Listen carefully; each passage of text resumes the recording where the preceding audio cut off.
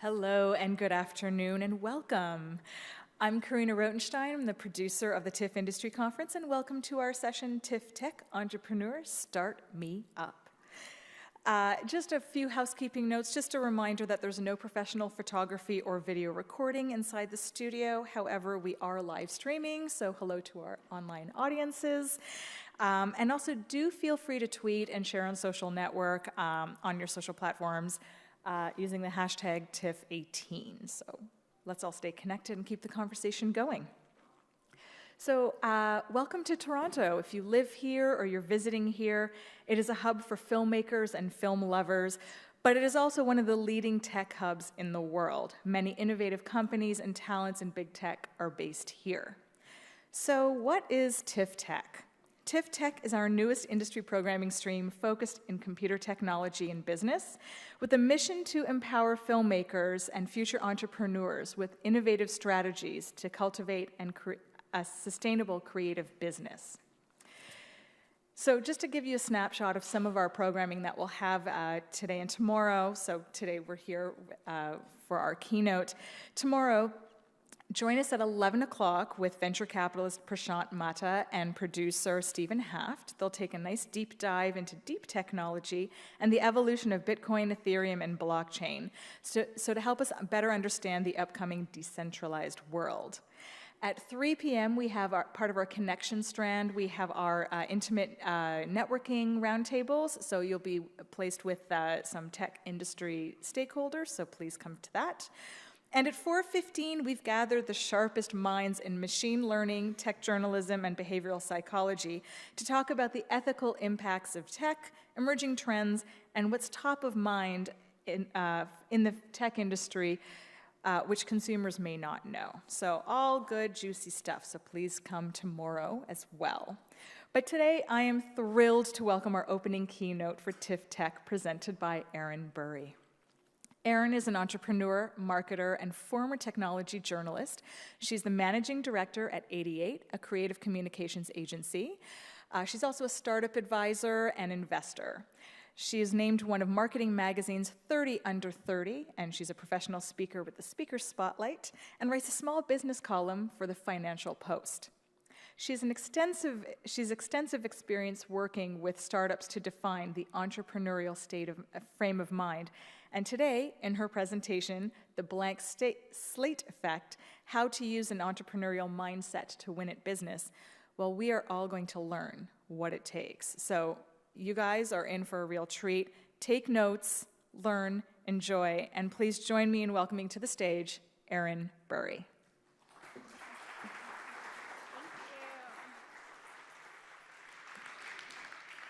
Hello, everyone. I am not a celebrity. I am not part of Hollywood, but I am really, really excited to be here today to talk to you about this question, whether entrepreneurs are born or made. But first, I wanted to get to a quick highlight of my bio that Karina did not mention. Some of you, I know, Hollywood types might be friends with Oprah. Us here in Toronto typically aren't. But one of my claims to fame is that I was retweeted by Oprah, not once, but twice. So before I got into answering that question about whether entrepreneurs are born and made, I thought I'd tell you about that retweet, because everyone always says, well, what did she retweet? Well, it was when Oprah was coming to Canada. She was launching her own network here, and I kind of tweeted something poking fun at her a bit. Said, you know, remember that episode where she gave away all the cars, and she said, you get a car, and you get a car. I tweeted, OWN's coming to Canada. Everybody gets OWN. You get OWN, and you get OWN. And she retweeted it, but took out the part where I made fun of her. But then she tweeted again from her bed, sick with chicken noodle soup, saying that Canadians should watch a show, and she added my name to the end of it. And here's the retweet for proof. So I'd like to think that Oprah and I are BFFs. But Oprah and I are also have one thing in common, which is the fact that we are entrepreneurs. Which brings me back to my question that's up here today. Are entrepreneurs born or made? And I know this is a bit of different programming for Tiff to have this year about startups and entrepreneurs, so I hope that I'll tell you some really great entrepreneur stories today. I'll leave you with a bit of inspiration. And I know that so many folks in the creative industries are entrepreneurs and freelancers themselves, so hopefully you take a nugget away from this, and I appreciate you missing some fancy screening to be here with me. So I wasn't a born entrepreneur. To me, born entrepreneurs are the type of people who, not just had lemonade stands, because we all had lemonade stands, but they were the types of people who had multi-million-dollar businesses in high school. They had a t-shirt business, or they were mowing lawns, or they had 1 million businesses in university. The types of people who had 1 million ideas swirling around in their head all the time, and who were constantly just accelerating their businesses. I was not that person. I grew up with 2 parents who worked at Nortel, and my dream when I grew up was to make 6 figures working for a multinational company. So I certainly was not a born entrepreneur. And then I met this woman. Her name is Sarah Prevet, and she is a serial entrepreneur based in Toronto. And she was starting a social network for entrepreneurs, and she asked me to come work for her, doing communications and PR and that type of stuff. And she was one of those born entrepreneurs. And the moment that I knew born entrepreneurs were this completely different breed was when I asked her the question, Sarah, what are you going to do when you sell your business? Because I always assumed that the only reason you would start a business is so that you could do this. Retire, lay on the beach, make millions of dollars, and do pretty much nothing for the rest of your life. Become a philanthropist or a socialite. But then she looked at me, and without pausing, she said, well, I'm going to launch my next business. And in that moment, I realized something unique about these born entrepreneurs. Not only do they have 1 million ideas in their head at any given time, but their goal is not to make millions of dollars so they can go sit and relax on a beach somewhere.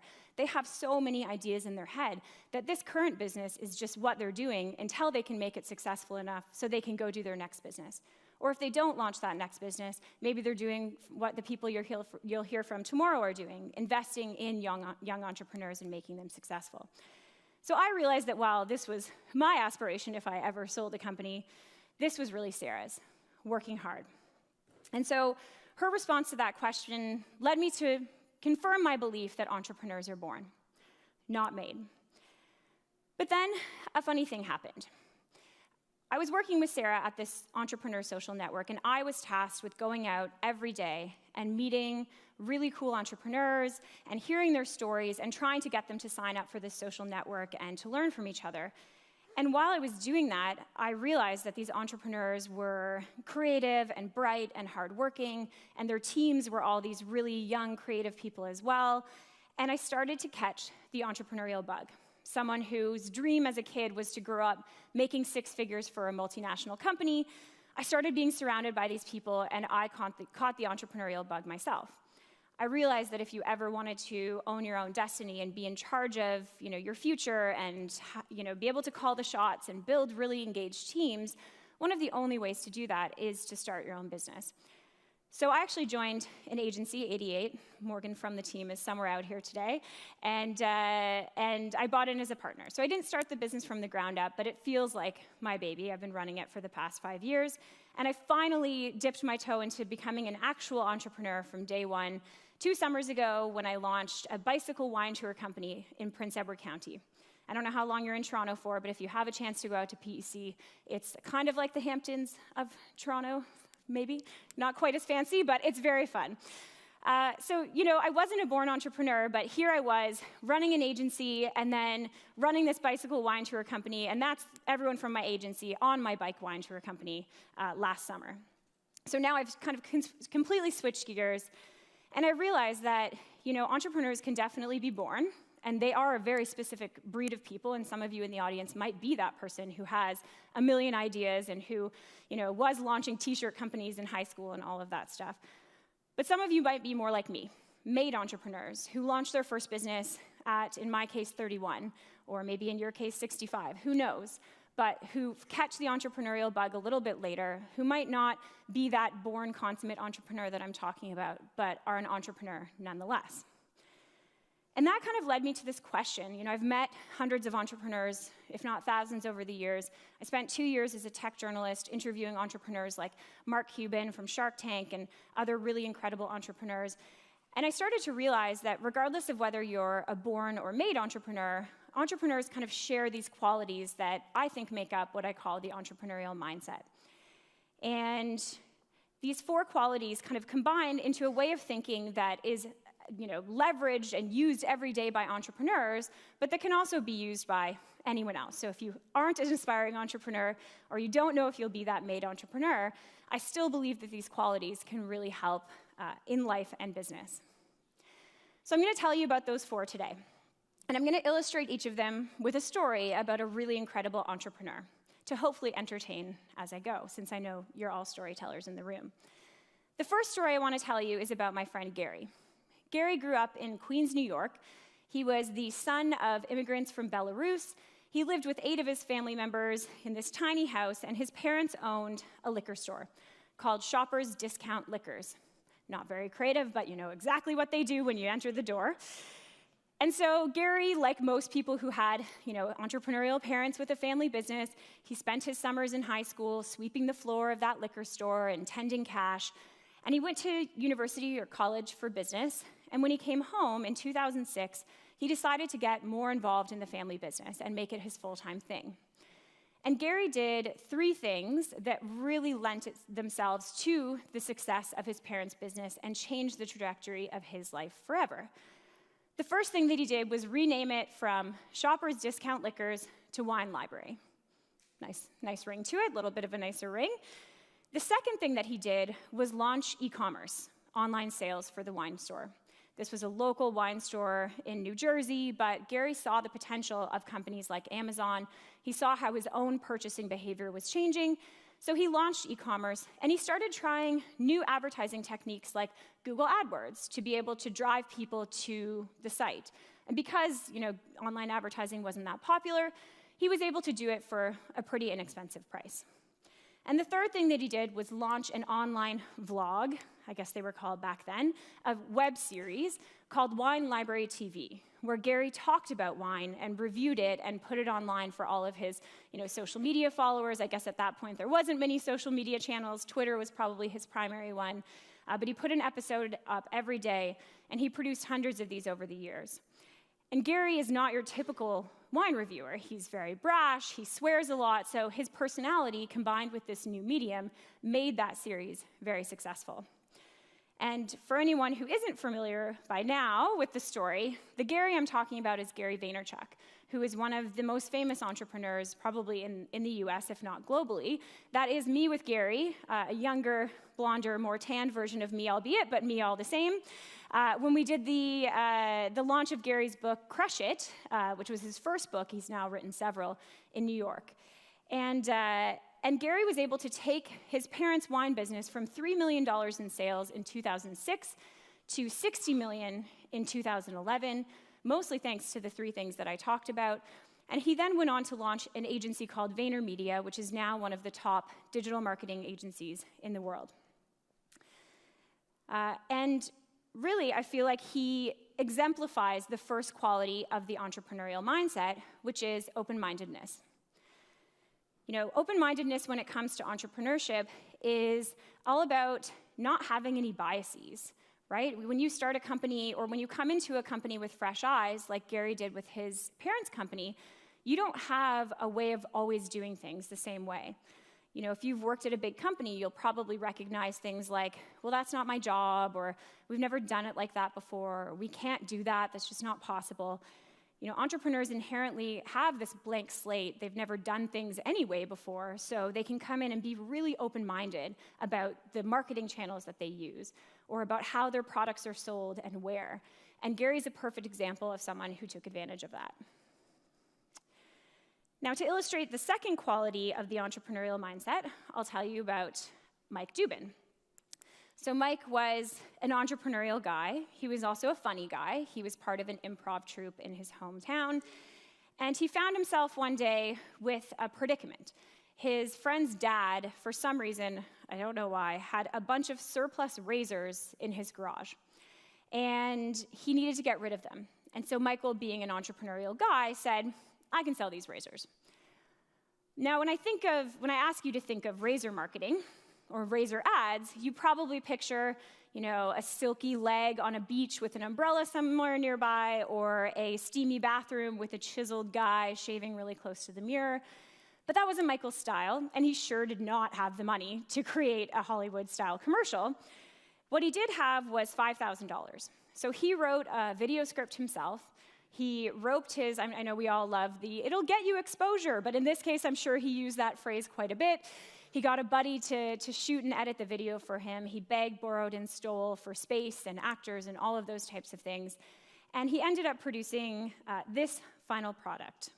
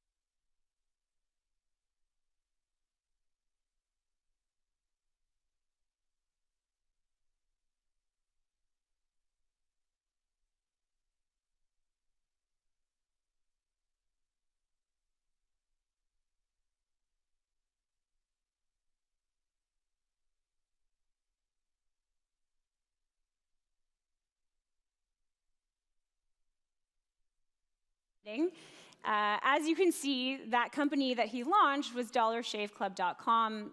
The day after launching that video, it went viral. They sold 12,000 units of razors. Their website crashed, and they then just kept steamrolling from there and were bought in 2016 by Unilever for a reported $1 billion. So not too bad for a $5,000 investment. And the question I always ask after seeing this video, which now has over 25 million views on YouTube, is, would Gillette ever launch this video? And the answer, of course, is no, because they're making ads like this. Nothing wrong with them. I'm sure they sell razors, but they're making the more traditional ads that have always been in their wheelhouse, whereas Michael really stepped outside the box and took a risk.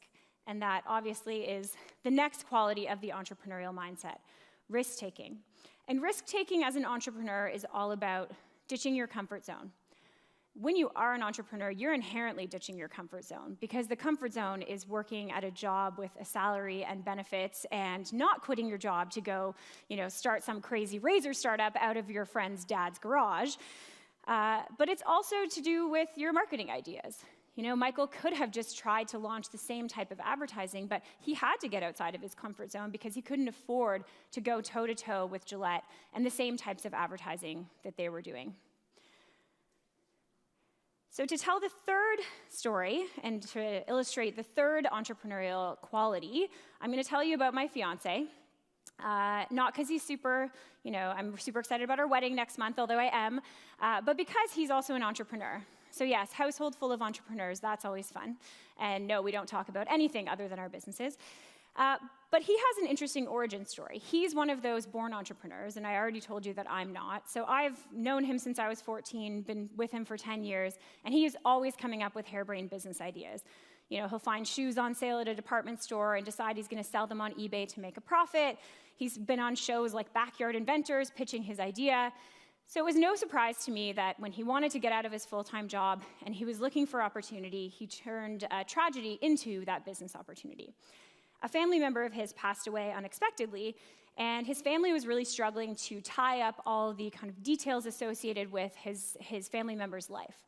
And he realized that, not to see a business opportunity while the family is sitting around grieving, but he did see, in reflecting upon it after the fact, that we've had so much innovation when it comes to industries like hotels with Airbnb or cars with Uber, but one inevitability of life is death, and we haven't seen a lot of technological innovation around that. So he said, okay, this is my chance. I'm going to start a company called Final Blueprint, and it's going to store all of the things that you want to. Thank you. Not supposed to be a joke, but I appreciate that. Final Blueprint, which stores all of the things that you need to tie, your family needs to tie up your life. So do you have a Netflix account? Do you want to leave messages for them? What do you want to happen to your pet? All of the things that would come outside of a will. Now, Kev didn't have experience in business. He was a trades guy. He also didn't have a ton of money to put into this, and no one was going to give him money, certainly not the bank or any of the VCs that you'll hear from tomorrow. So he had to get scrappy. He took $5,000 in savings. He found a buddy who would build him an MVP, or what we startup people call a minimum viable product, basically the website you can launch with that is functional but not as good as you want it to be. And he got it to a point where he was ready to launch it, and he went out as part of this process and talked to all of his family and friends and said, when this launches, would you buy it? Do you think it's something that you would want? And everyone said, oh yeah, this is such a great idea. I'm definitely going to be your first customer. And then he launched it, and he waited for all of these people to buy subscriptions, and he looked after about a week, and him and my mom and his mom and me were the only people who had actually signed up. So he learned a cardinal lesson about entrepreneurship, which is don't ask your family and friends if they'll buy the thing that you're selling, because they're always going to say yes. Ask strangers or your potential customers. But he learned a hard lesson, which was, he had launched something without product market fit, another one of those entrepreneurial buzzwords. He had created a vitamin, a nice to have, when what people actually wanted was a painkiller, something that solved a real problem. But the thing about entrepreneurship is you can't just quit when things get tough. So he took a nugget of learning from those conversations with people, which was that they might not want to think about their Netflix account or messages for loved ones, because no one likes to contemplate their own death. But nobody can argue that you need a will. And so people would always say, oh, it's like a will, an online will, that's cool. He's like, no, it's the stuff outside of a will. So he decided to pivot the company and call it Willful. No laughs for that name? Okay. We did the right thing with the rebrand. Pivoted to Willful and moved it into online wills. Keep in mind, he still has no business experience, no money, no investors will give him money. So he goes out and raises friends and family financing, which is typically the first round of funding that you'll raise, and it's from exactly what it sounds like, your friends and family. So he raised money from his future mother-in-law, friends, me, which is kind of dangerous if you think about it. He hired a developer, he built a new version of the platform, and he launched it in October of last year. And to date, I'm happy to say that they've sold thousands of wills in Canada. They're partnering with some of the biggest banks and life insurance companies in Canada. And this is Kev on the right with his CMO and his CTO, very proudly showing off the new branding. And the reason I tell you this story is because I think Kev's journey really illustrates the third quality of the entrepreneurial mindset, which is resourcefulness. I remember when Sarah hired me to work at that startup many years ago, back in 2008. A couple months in, I was a year out of school, I had barely any work experience, and I turned to her and said, why did you hire me for this role? I'm not an experienced marketer, I barely know social media, which you hired me to do. Why am I qualified to be in this role? Which isn't something you should probably ask your boss, but I did anyway. And she said, in startups, you can't just hire for what's on a resume, and you can't just hire for what's on someone's LinkedIn profile. The only thing I care about and the only thing I hire for is resourcefulness. I don't care about whether you have the answer or you know the answer. I care that you can go out and source it and find it on your own without my help. And to me, that's the definition of resourcefulness when it comes to entrepreneurship. You might be an engineer by trade, but you have to feel your way through the legal aspects of starting a business and marketing it and pricing your company and raising money. You're never an expert in everything when you start a business. And so you inherently have to be extremely resourceful when it comes to starting a business.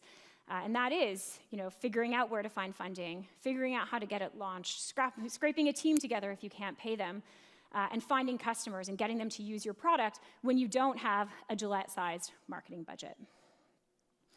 It's all about finding a way despite limits. And there inherently will be limits when you're starting a business. I've never talked to an entrepreneur who says, oh, it was an easy ride. And even all the ones that you think look like overnight successes aren't exactly true. The average business takes 7 years to go from inception to being acquired. So those companies, even Dollar Shave Club, that look like overnight successes, aren't necessarily. So for the final story, I want to tell you about my friend Graham, who you can see here. I'll go back for a minute. So Graham is from Calgary, Alberta, and I met him last year at the party for our speaking agency. And I introduced myself and said, "Hey, Graham, what do you speak about?" He says, "Oh, I speak about entrepreneurship and business." And I said, "Okay, cool. Well, tell me about your business." He said, "Well, I used to be a military guy, and I was the IT guy. So, the guy that stayed back at the barracks when all of the company was out deployed in the field. And I would inevitably get bored, so I would brew beer behind the barracks, which I'm sure was illegal, so I'm not using his last name. It's all good. And when he got home, he kind of left the military, decided to go back to civilian life, and he was thinking about what to do next. And he decided to turn his hobby, which he had moved to the tool shed in his backyard in Calgary, into a business. So he found his buddy, turned him into his business partner, and they decided to launch this brewery together. Now, launching a software company like Kev's, you might be able to build a minimum viable product for $5,000, but building a brewery is much more expensive. So Graham convinced his wife to let them take out a second mortgage on his home. He got investment from friends, family, banks, anyone who would give him capital, because he needed quite a bit of it. And he started building the brewery, and he learned a cardinal lesson, or an important lesson, that most entrepreneurs learn along the way, which is that everything takes twice as long and costs twice as much as you think it's going to. So Graham ran out of money, $200,000 before the project was completed. And he was laying in bed. He told me he was laying in bed one night, and he was just on the verge of a complete panic attack because, if he couldn't finish this brewery, not only would he lose his home, he would probably lose his wife as well, and his kids as a byproduct. He would disappoint all of the people he had taken money from, and he would have to figure out what to do next because he was sure this is what he's meant to do. But Graham was a creative guy, and after he got over his sense of panic, he went to sleep and he woke up with this amazing idea, or what, looking back, was amazing, but sounded pretty harebrained at the time. He was going to sell lifetime beer memberships to people for his brewery. So you could, for $5,000, have a lifetime membership to come into Graham's invisible, not yet finished brewery and have beer whenever you wanted it, which must have been a pretty hard sell to people in Calgary, but I guess they really saw something in him because he managed to sell $200,000 in these $5,000 lifetime beer memberships, and he was able to complete the brewery. And of course, this is Graham and his business partner in Toolshed Brewing in Calgary, which is now one of the top craft breweries in Calgary. And he now, of course, travels across the country telling this story. But that wasn't even the most interesting part of my conversation with Graham. The most interesting part of my conversation with Graham was when he told me he ran a marathon without training. And I said, "Pardon?" He said, "Yeah, my buddy, he bet me that I couldn't run a marathon without training." I'm like, "Well, yeah, because no one can, because even seasoned runners train for months and months and months and still say it's hard." And he's like, "Well, I took the bet." I said, "Okay, so how did it go?" And he said the only stipulation of the bet was he wasn't allowed to train at all, and he was not a runner, so it's not like he ran a little bit and wasn't allowed to double that. He didn't run. So he shows up on race day with his brand new running shoes, and he gets about, I'm sure it was 5 minutes in, he thought, "What am I doing?" But he really started thinking that about 2/3 of the way through because his feet he couldn't see it, but I'm sure they were bleeding and a mess down there. And, marathons are mental as much as they are physical, much like running businesses. And, he was really struggling to complete it. And I said, "Well, why didn't you just give up? No one would have criticized you. Running 2/3 of a marathon without training is pretty darn good." He said, "I just pictured my wife and our 2 sons at the finish line, and I knew that if I quit, it would be a signal to those 2 boys about, you can just quit at anything in life. And I have to show them that when you face challenges, the only way through is through." So he finished the marathon. He proceeded to show me the photo of all of his toenails after they had fallen off. I have not included it in this presentation, so you're welcome. But I can attest to the fact that he's not lying about it. And Graham being Graham, He also went on to run multiple additional marathons and has a Guinness Book of World Records certificate for the most people who have linked arms to complete a marathon. So that's just the kind of guy that Graham is, a very impressive guy, but I think he very clearly illustrates the final quality that I call part of the entrepreneurial mindset, which is perseverance and the ability to embrace failure.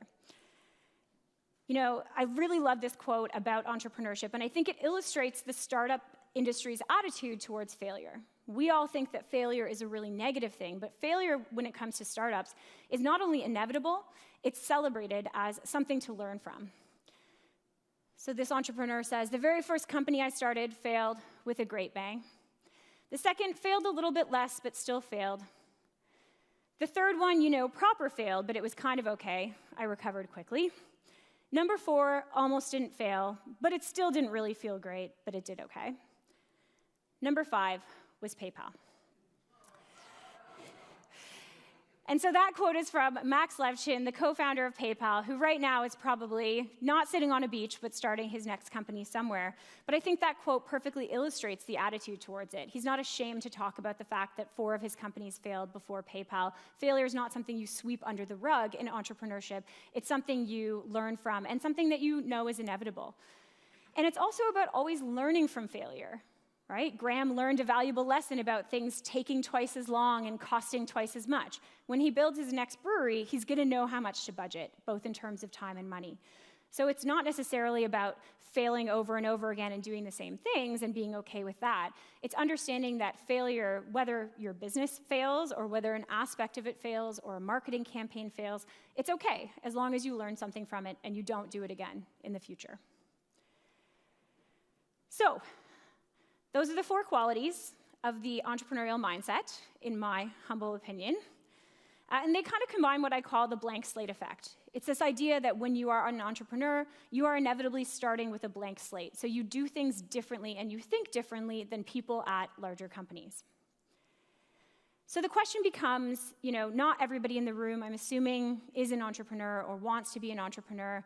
And even if you are an entrepreneur, maybe you've been running your company for 5 or 10 years, and maybe you've become a little bit complacent and you're losing a bit of that fresh Gary Vee thinking when you're looking at your business plans.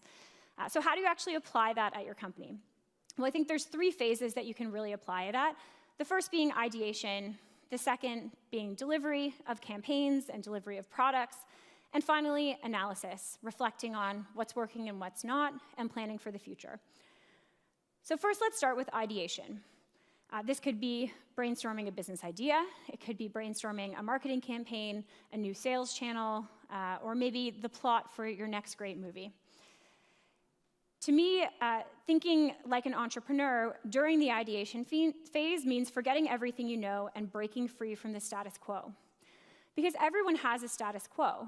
It might be a marketing idea that you always default to. It might be a cliche that you say, like, well, we can't do that because our competitors did, or we can't do that because, you know, it's too new, right? So you have to figure out what your own status quo is. And I really respect companies who can ask themselves, you know, are we doing this because it's the best idea or because it's what we've always done? Because the thing is, your customer has changed, whether that your customer is a moviegoer or an online purchaser or someone who comes to your brewery, their behavior has changed in the past 5 to 10 years. We're all using social channels and buying online. Our behavior is not the same as it used to be, so the way that we market to people and the way we deliver our products and services shouldn't be the same either. So it's about asking yourself this question. And I think there are some examples of companies who have done this really well, even really large companies. And one of my favorite examples of that is Old Spice. So Old Spice, you know, it was always your grandpa's deodorant. It was this really old-fashioned, staid brand. And the company executives knew that. They knew how customers perceived them, and they wanted to target this younger millennial audience, but they knew they couldn't do that with the same positioning and messaging that they had always had. So they hired a fancy ad agency called Weeden & Kennedy, done a lot of work for Nike, and I can't imagine how the pitch went when people came into the room, but it must have gone something like this. hey guys, we have this new idea. We know how you're going to reach millennials. We're going to hire this guy. We're going to call him the Old Spice guy. We're going to create this commercial. He's going to be simultaneously, on a horse and on a beach, shirtless the whole time, mind you. And he's going to be holding a clam that turns into diamonds at one point, and it's going to be great, and I promise people will buy more body wash. And the executives in the room, it would have been so easy for them to not think like an entrepreneur, to say, that's crazy, we'll just put out our normal commercial and thanks but no thanks. But for some reason, they were open-minded and they decided to take a risk. And they created this, just to refresh your memory. Look at your man.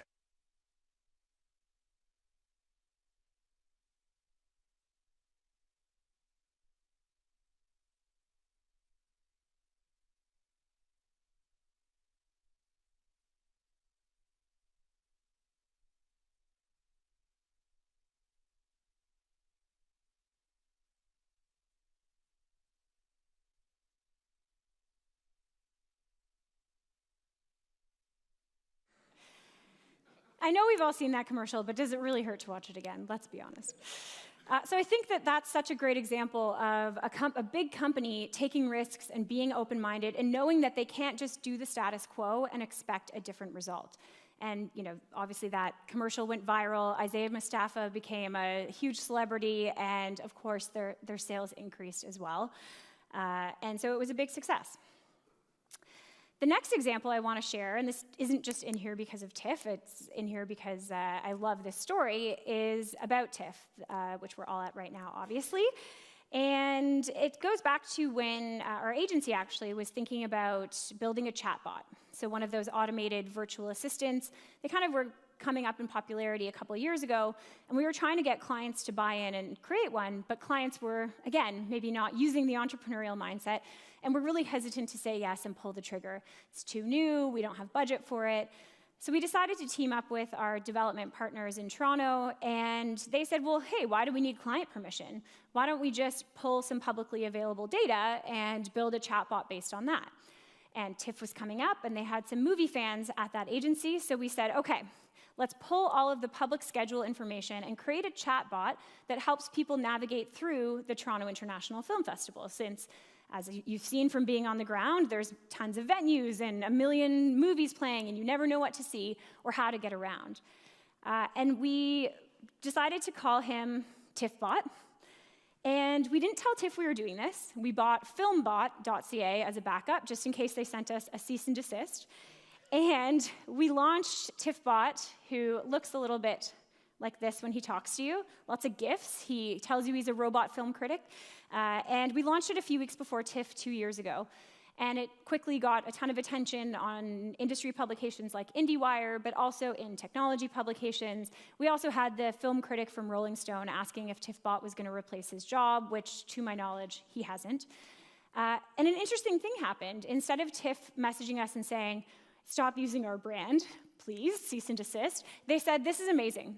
We've been trying to capture first-time festival goers, especially millennial first-time festival goers, who find the festival really overwhelming, and they just don't know how to navigate it. And so this is actually right in line with what we're trying to do. Can we make it an official TIFF partnership? We'll promote it through our channels, we'll make it bigger and better next year, and we'll also curate a hidden gems category for you on TiffBot so that people can watch trailers.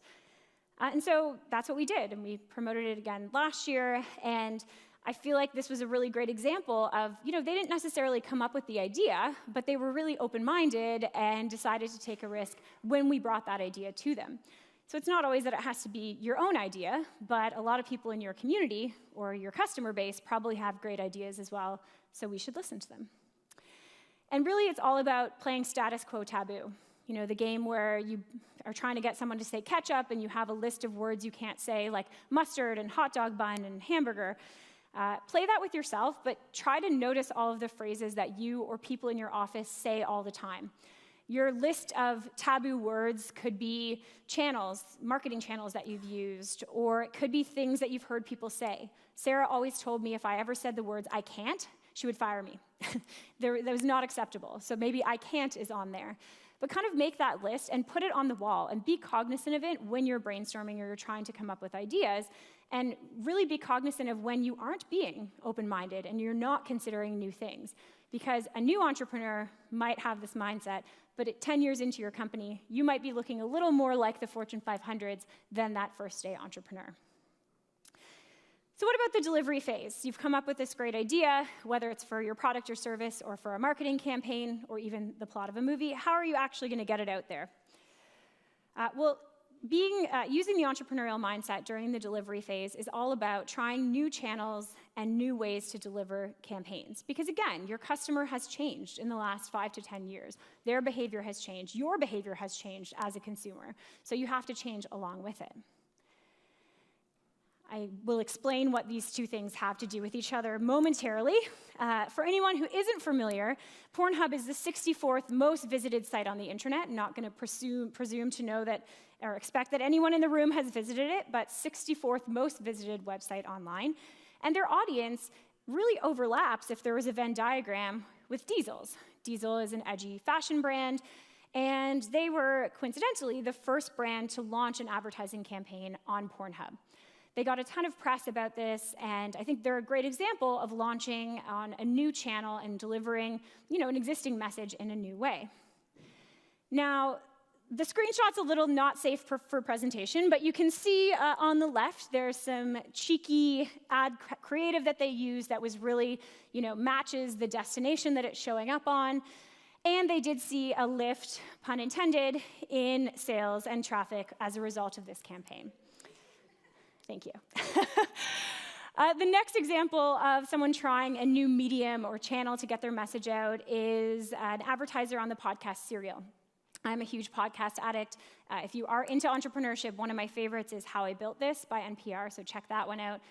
But when Serial came out, I think it was 2014-ish, it was really the podcast that put podcasts on the map, that made them mainstream. And it was produced by NPR, who produces things like This American Life.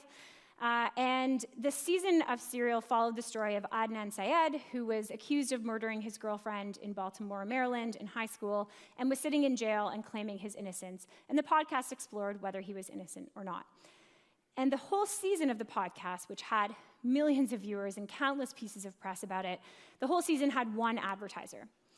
And if you have never listened to the podcast, or if you forget, this was that ad. Support for Serial comes from MailChimp. From MailChimp. Chimp.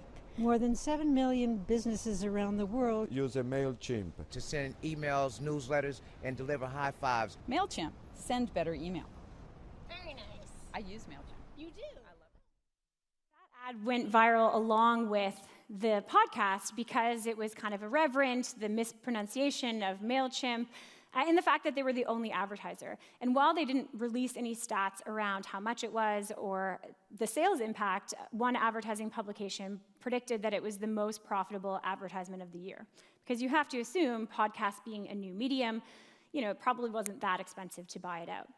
And so I think it's a great example of, a new, more startup company taking advantage of a new medium that now, in 2018, lots of big businesses are taking advantage of. If you listen to podcasts now, you'll notice Fortune 500 companies advertising as much as startups. But back then, this was a huge win for MailChimp, and it was because they were open-minded, they took a risk, and they were resourceful. They knew they couldn't produce a TV ad, so they had to turn to another medium to get their message out. So the key with delivery is to think about 3 new places or 3 new channels you can deliver your message, your product, or your campaign. Maybe this is, trying to sell online because you've never sold online before. Maybe it is advertising on Pornhub. Maybe that's, aligned with your film plot. I don't know, but try to think of 3 places where your audience hangs out and that's underpriced. When Gary Vaynerchuk was buying Google AdWords for his Wine Library TV liquor store back in 2006, they weren't expensive.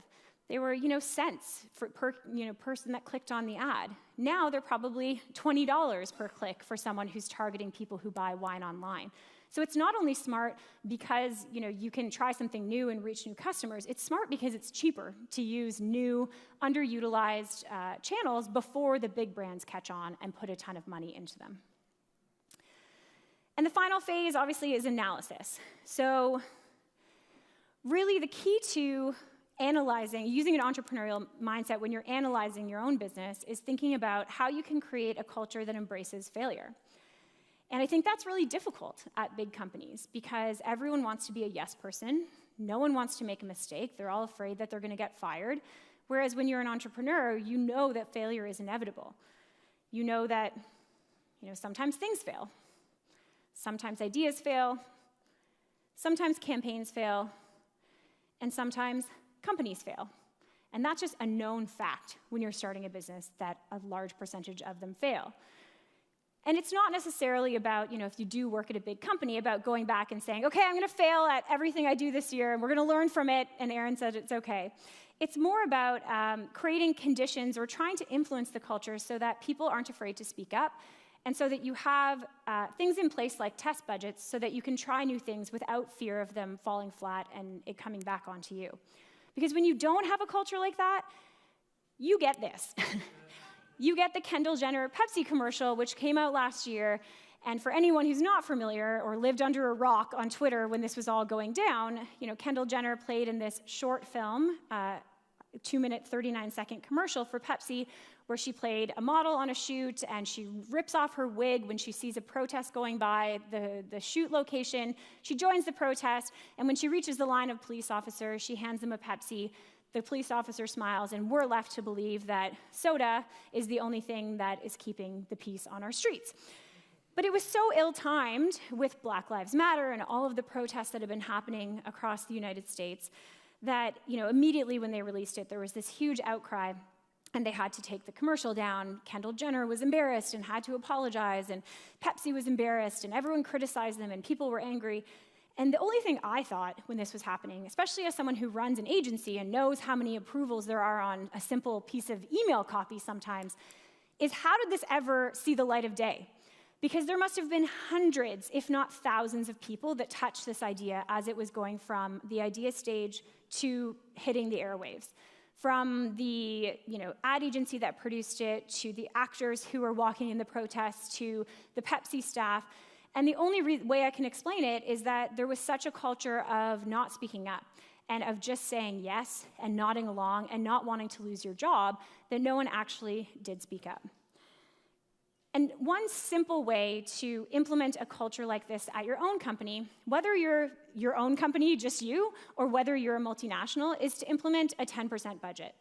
So a lot of companies like Procter & Gamble, for some of their brands, are implementing or taking 10% of their marketing budget and allocating it to a test budget. And they're giving it to their marketers and saying, go try new things like chatbots and Amazon Alexa and whatever else you can find. And it doesn't have to be successful. The only metric for us is that we learn whether or not it makes sense for us to use in future. It is okay, we are giving you license for everything you do to fail, as long as we get a key learning out of it and as long as we are trying new things as we go. So I think that's a really easy thing to suggest internally as a way to kind of be innovative, but still toe the company line and not necessarily have to change the entire culture from the ground up. So I talked to you about how entrepreneurs are born, but they're also made. We talked about the 4 qualities of the entrepreneurial mindset and how they loop together into what I call the blank slate effect, and how you can apply those through the ideation, the delivery, and the analysis phase of your company or your campaigns. So I know that you're all going to very cool screenings and parties and things like that later tonight and for the rest of the week. So I don't expect you to do this right away, but when you get back to your desk or to your home next week, I want you to ask 5 questions, either with your team or just to yourself. Number 1, are we doing things the way we've always done them, and does our culture encourage new ideas and taking risks? Number 2, how has the behavior of our consumers changed? Or how has my behavior as a consumer changed? And are we as a company changing our behavior along with them? If we were a new company starting today, would we still be marketing in the same ways? Would we be using the same channels? Would we have the same key messages? Would we be using the same creative? Do we have a test budget, that 10% budget, that allows us to try new things without fear of repercussions? And if we don't, what do I have to do to make sure that we can put one in place? And finally, how are we measuring success today for things like our marketing programs or even our products? And how will that change as we adopt new platforms and tools in future? And before I leave you today, I just wanted to tell you one of my favorite stories that I think embodies the entrepreneurial mindset. Sarah Blakely is the founder of Spanx, but at one time she was a humble fax machine salesperson. If you want the full story behind Sarah's journey, check out the first episode of How I Built This, that podcast I mentioned. One day, Sarah was selling fax machines door to door, as one did in the 90s in Texas, and she thought, I cannot sell another fax machine. So she was like, how do I get out of this? How do I find something else to do? And she realized that maybe she could turn one of her own personal inventions into a business. For a long time, she had been cutting the feet off of her pantyhose and wearing them under her pants so that she wouldn't see a panty line when she was going door to door. And she couldn't find a product that was like that on the market. So she thought, maybe I can turn this into a product. So she decided to take a risk by starting the company. And she had to get pretty resourceful and persevere quite a bit because she had not a lot of money.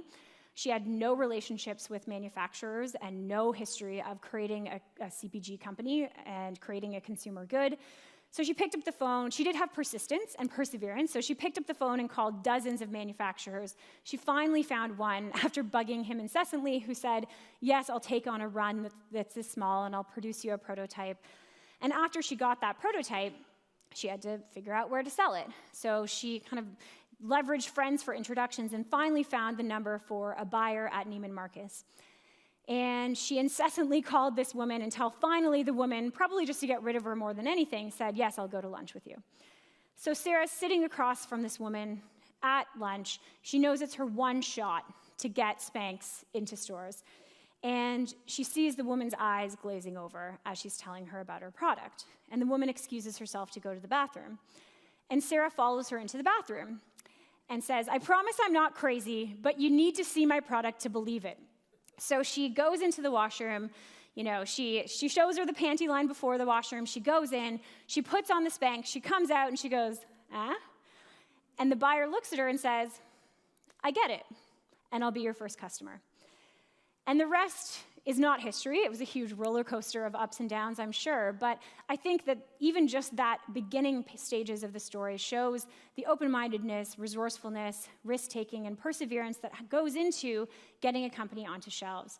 And she went on to have many famous fans, including my BFF, Oprah, and became one of the world's first self-made female billionaires. So I'll end where I started, on Oprah. And I really want to thank you all. I know this is programming that's a little bit different from what you're typically used to seeing on this stage, so I really appreciate you sitting through it, and I hope you enjoy the rest of Tiff.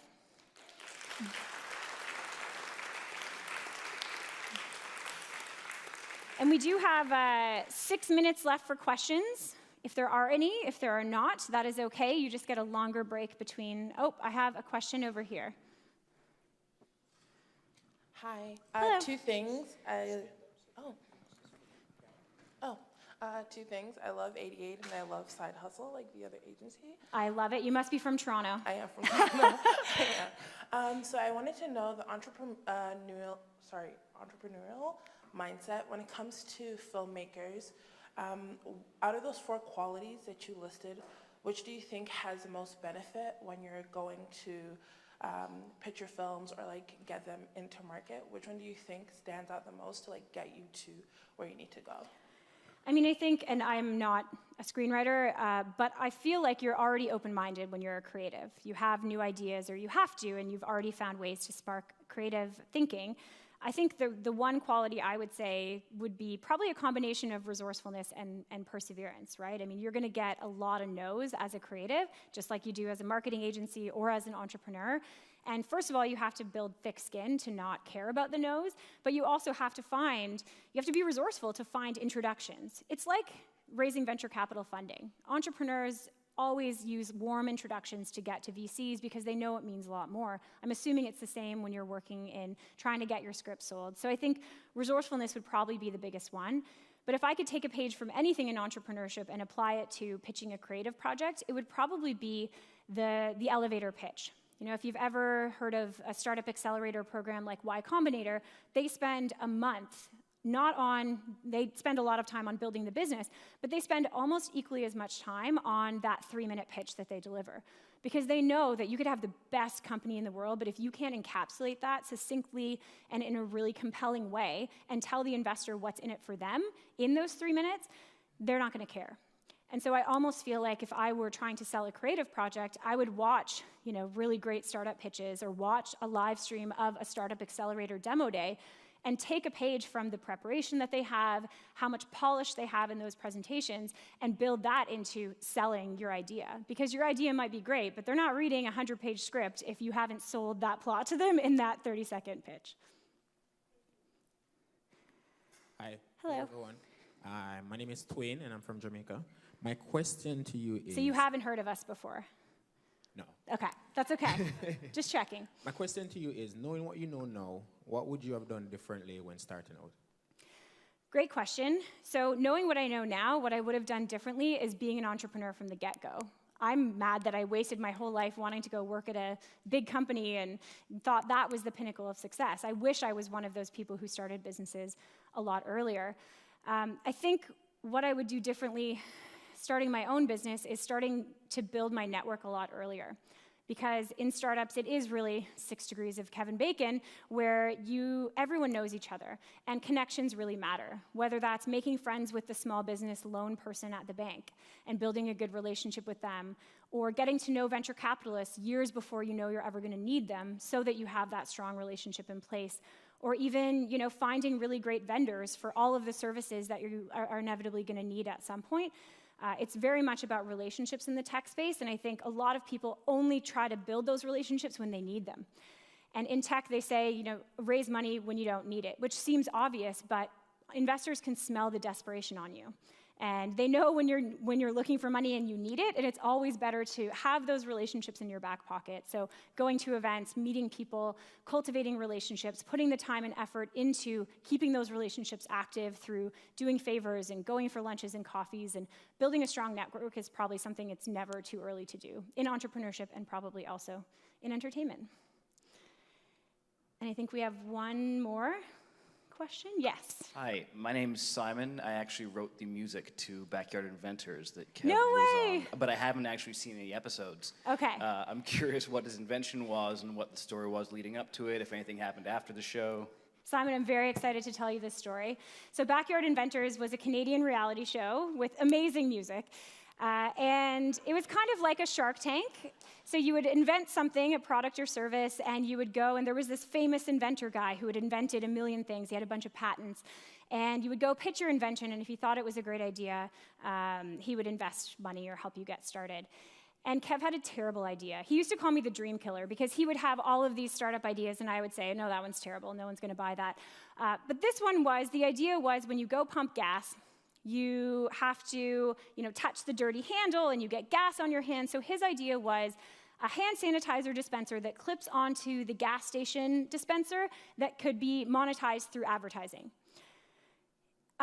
Which, wasn't a terrible idea, but we were kind of like, how are you going to fund building this and how are you going to sell it to the gas stations? Anyways, he did not actually get the seal of approval from this backyard inventor, but he found the process of going through it gave him a lot of confidence to go and pitch his business. And again, if he had sold it a little bit better, maybe made a bit more of a polished pitch, maybe the answer would have been different. But yes, no. And now when you go to the gas station, they have the dispensers beside it. So there was something to it, but he wasn't the one to make it a success. Anyways, we only have a minute left, so I will say goodbye, but thank you so much, and thanks for the insightful questions, and enjoy the rest of TIFF.